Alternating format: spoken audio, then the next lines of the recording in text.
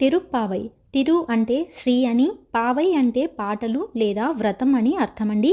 పాశురం అనగా ఛందోబద్ధమైన పాటలు లేదా పద్యములని అర్థం. ఈ తిరుప్పావైలో 30 పాశురములు రచించబడి ఉన్నవి. ఈ తిరుప్పావై పాశురాలను గోదాదేవి రచించేరి. స్వామివారి అపర భక్తుల్లో ఒకడైన విష్ణుచిత్తుడు శ్రీ మహావిష్ణువును అర్చించే నిమిత్తం తాను పెంచుతున్న తులసీవనంలో ఒక తులసి మొక్క కింద దొరికిన బిడ్డకి గోదా అని నామకరణం చేశారు. గోదా అనగా భూదేవి కానుక అని అర్థం. ఆధ్యాత్మిక వాతావరణంలో పెరిగిన శ్రీ ఆండాల్ చివరికి విష్ణు స్వరూపుడైన శ్రీ రంగనాథుని మాత్రమే వివాహమాడ స్థిర నిర్ణయం తీసుకొన్నది. శ్రీ రంగనాథుని భర్తగా నిర్ణయించుకున్న గోదాదేవి స్వామివారికి సమర్పించే పువ్వుల మాలలను తానే ముందుగా ధరించిన పిదప స్వామివారికి అలంకరించేది. 30 పాశురాలను రచించి స్వామికి ధనుర్మాస వ్రతాన్ని నియమనిష్టలతో ఆచరించి స్వామివారినే భర్తగా పొందింది.